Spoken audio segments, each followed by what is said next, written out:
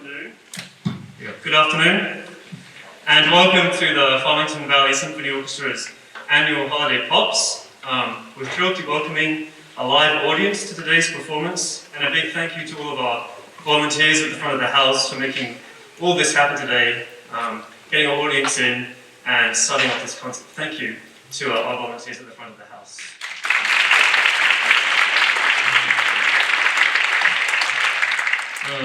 Today's concert is also being recorded by our friends at Simsbury Community Television and will be made available online in the coming days for our patrons who are not here today attending in person. Please check the Symphony's Facebook page as well as Simsbury's TV Facebook page for the concert posting. And on the back of your tickets today is a raffle. If you answer the trivia question on the back, put in your contact information and drop them in at the basket on your way out, you may be the lucky winner if your answer is correct and receive 4 free tickets to our March concert. Now, the piece we just opened with was written in 1911 by Samuel Coleridge-Taylor, and if you attended our October concert, we did his ballad in A minor. And Coleridge-Taylor was an Afro-British composer in the late 19th century, and he wrote a piece in 1911 called The Forest of the Wild Thyme. Ever remember that popular play from the early 20th century? And this was incidental music to it, and one of the pieces was Christmas Overture. Unfortunately, Coleridge-Taylor died in 1912, so he never got to hear it performed, and it was published later on in 1925. And so today, you heard this for the first time here in the state of Connecticut. And it has a few little Christmas carols in there, and a keen-eared listener may have heard a direct quote from a Gilbert and Sullivan operetta. Next, we're going to play a piece by an American composer, George Chadwick's Symphonic Sketches. And Noel is the second movement in this 4-movement suite, or sketches, and each sketch is based on a poem depicting and contrasting American life at the time. The 4th movement actually depicts the life of Springfield, Massachusetts, as it appeared to Chadwick at the time it was written in 1900s. And he composed Noel in honor of his son, who he named Noel, as he was born at Christmas time. And if you'll forgive me here, I'm going to give you a bit of sort of background to this and what to listen for. If it goes over your head and it's too metaphorical, just enjoy the music. It's absolutely fine.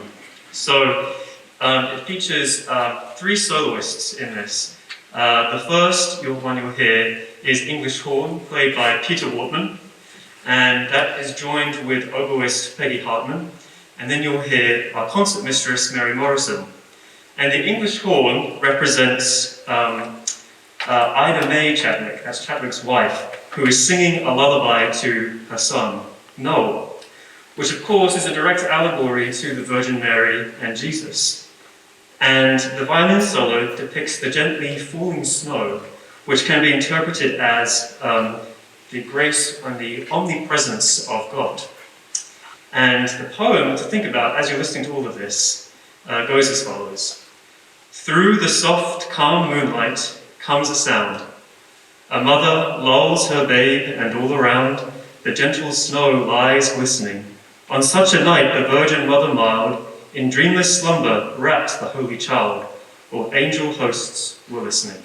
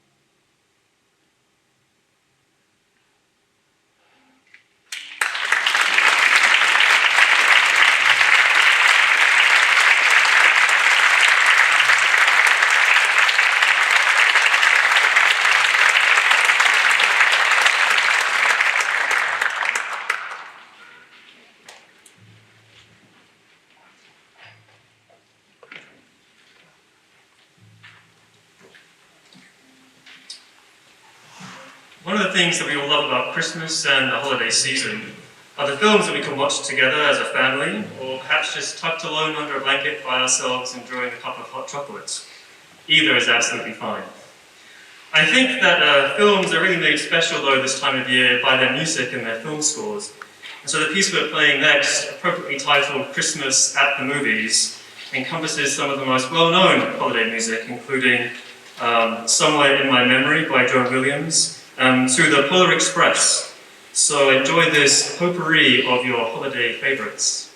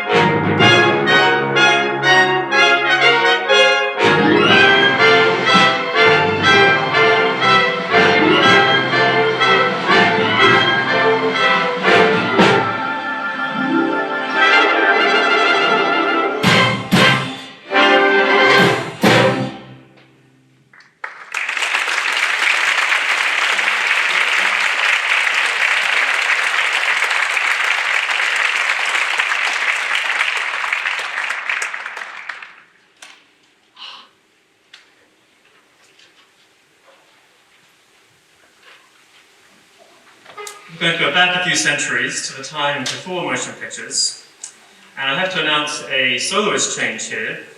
We would just be performing the Pastoral Symphony, or PIFA, from Handel's Messiah this afternoon. The Messiah is divided into three parts. Part one focuses on Advent, Christmas, the life of Jesus, and is frequently performed at this time of year, accompanied by the closing chorus from part two of the Messiah, the very well-known Hallelujah chorus. The Pastoral Symphony represents the shepherds in the fields, and PIFA refers to the type of pipes, it could be translated as bagpipes, played by shepherds around the time. Please enjoy the PIFA.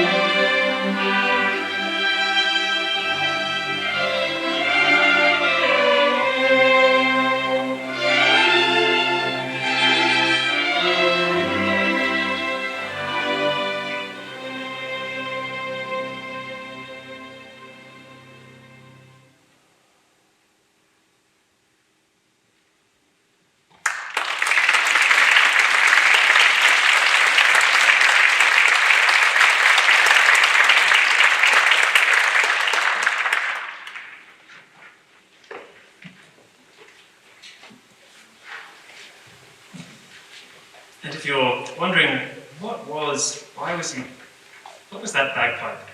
Why is it called Pyotr? And if you had listened to the drone line in the cello and bass, that was really representing this type of shepherd pipe that Handel is trying to mimic or replicate in the string writing. And there are many orchestrations for the Messiah. There's one by Prout, there's one by Mozart, there's one commissioned by Beecham in the 1950s, which has every single instrument you can imagine in it, including an antiphonal brass section.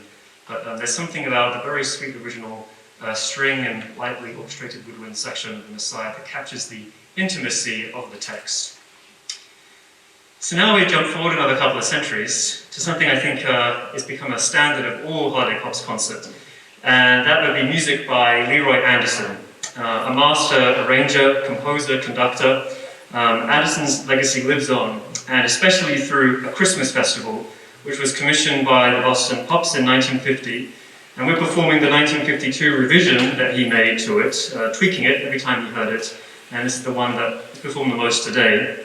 But I'll give you a little other information about Leroy Anderson, that he actually composed a piano concerto, which he hesitated for many, many years to premiere, partly because he didn't feel it was as good as some of his popular arrangements, but he was essentially coaxed to perform it by the Cincinnati Orchestra.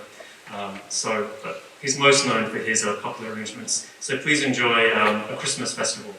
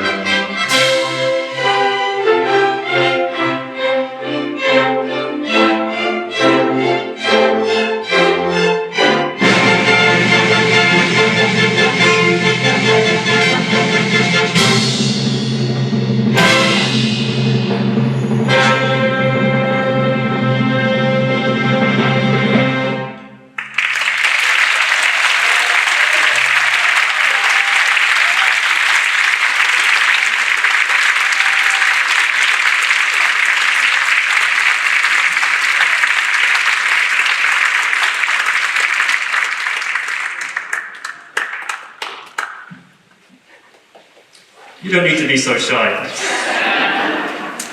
And every now and again, we like a little bit of theatrics in the symphony orchestra. Just every now and again. So now we're going to return to the movies. And in 1943, Hugh Martin and Ralph Blane wrote what has become synonymous with the holiday season, and that was a song for the motion picture Meet Me in St. Louis, and it was first sung by Judy Garland. And during the first rehearsal, when Judy Garland sung it to very young Margaret O'Brien, the lyrics were incredibly depressing. To the point where movie legend has it that Margaret O'Brien burst into tears and they had to stop rehearsing while Judy Garland consoled her. So Vincent Minnelli, who was the director, Judy Garland went to Martin and said, "I think you need to rewrite some of these lyrics. And we need a little bit more hope, and we need a bit more support to the scene. Because in this film, Garland is supposed to be comforting O'Brien as the family celebrates their last Christmas in St. Louis and tells her to cherish those memories of home before they move to an unknown future in New York." And so Martin went back to his desk, changed some lyrics around, and it's the version that we know today. And what we're going to play for you now is an orchestral version of it, but think about what is going to make you merry this Christmas.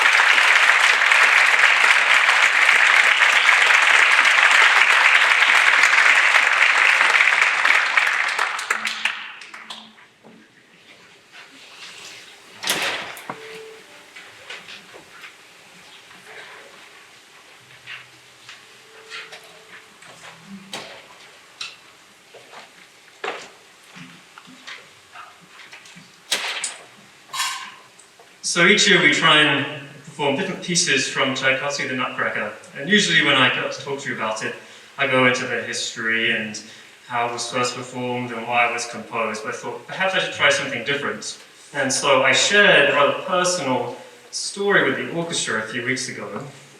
And I think some of them were amused by it. And so I thought maybe I'd share the same with you to say that I'm not afraid of what I'm about to say. So, I had this recurring dream. It's happened actually twice now, and so for me that is a recurring dream. And now it's become sort of a phobia. And that I was backstage at a opera house, and all of a sudden this music started playing from the Nutcracker, and somebody pushed me out on stage. And all of a sudden I was confronted with a full symphony orchestra, a packed house, expecting to dance to the Trepak.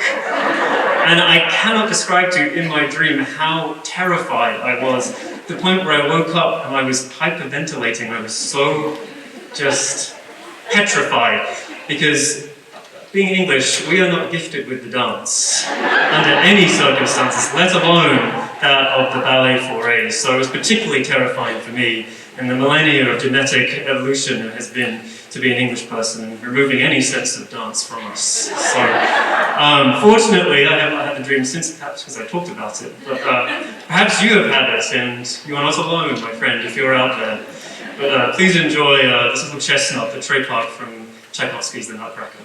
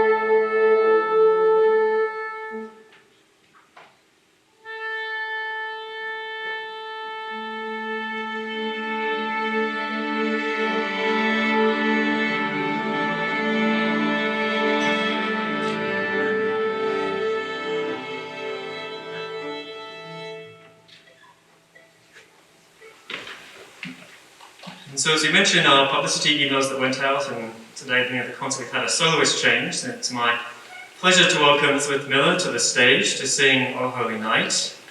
And just to give you some background on this, is that the piece was written in France, and it was actually commissioned by a mayor, and he, author to the text, Pastoral, was inspired by the gospel story, and it appeared in the local church and was very popular at the time, and the local clergy initially embraced it, Capot went to a composer, Adolphe, who was best known for his ballet Giselle, which of course we all can sing by heart. Adam quickly provided the music and paired the poem with the text, and it was a very popular Christmas Eve piece in many Catholic churches in France for quite some time. But then the clergy began to sort of take a look at Capot's, the poet's, life, and began to disagree with some of his socialist views, and also began to kind of question Adam's Jewish ancestry. And it's unfortunate because this prejudice against these two composers meant that this piece disappeared for a while, but it wasn't until it came to the States by, oddly enough, a Unitarian abolitionist in Boston called John Sullivan Dwight, and he translated the French into English and had it played at one of his Unitarian churches, where it was warmly received and remained very popular here in the United States and now really all over the world again. And he was particularly inspired by the last stanza of the text in the poem originally set by Capot, and it's truly he taught us to love one another. His law is love and his gospel is peace. Chains shall he break, for the slave is our brother, and in his name all oppression shall cease. So now please welcome Lisabeth Miller to the stage.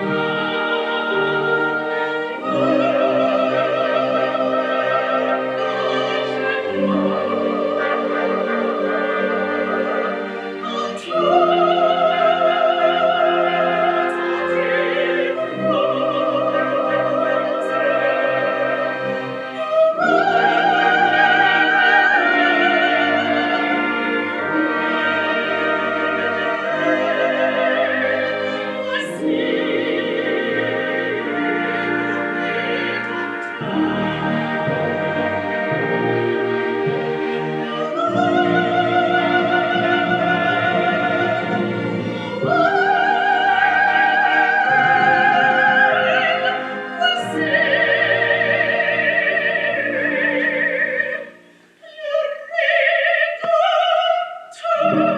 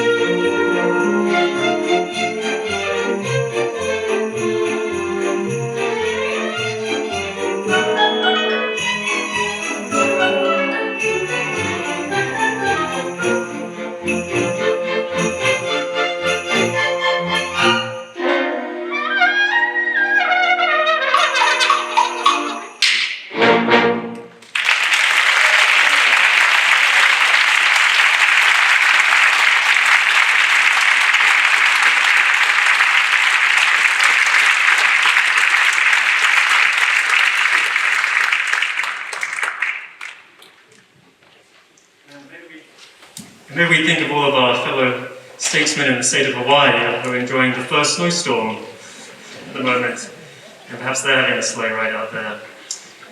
But we're going to end our program tonight with two final selections. The first is Silent Night, and we'll close with an Irving Berlin favourite, which I'm sure you'll recognise. It's my pleasure to welcome back to sing with us Lisabeth Miller. This is such a privilege and pleasure making music with you here. Thank you so much for joining us this afternoon.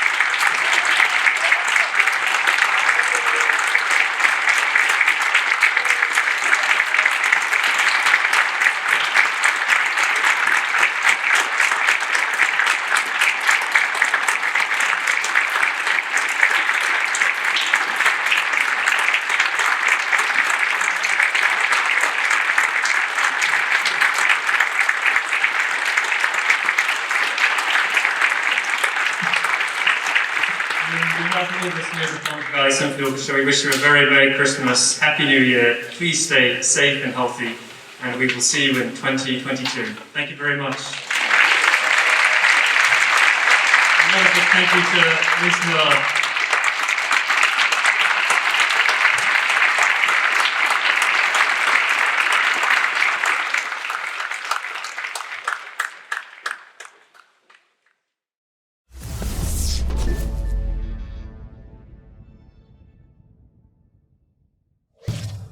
Funding for Simsbury Community Television is provided in part by contributions from viewers like you. Thank you.